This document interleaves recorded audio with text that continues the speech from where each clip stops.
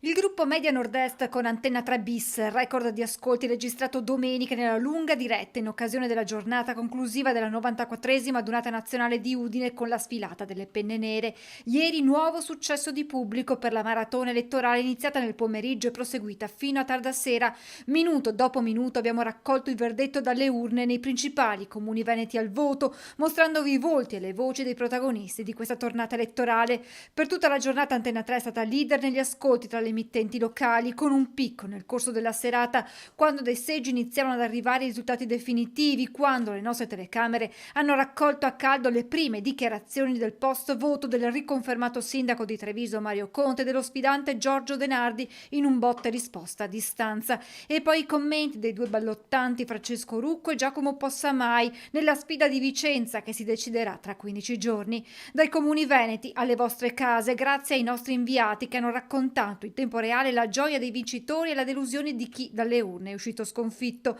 tra bottiglie stappate e abbracci. Ancora una volta, in occasione di appuntamenti importanti, Antenna 3 c'è con tutta la sua squadra e voi con lei, in un continuo reciproco scambio di fiducia per una nuova ennesima sfida vinta.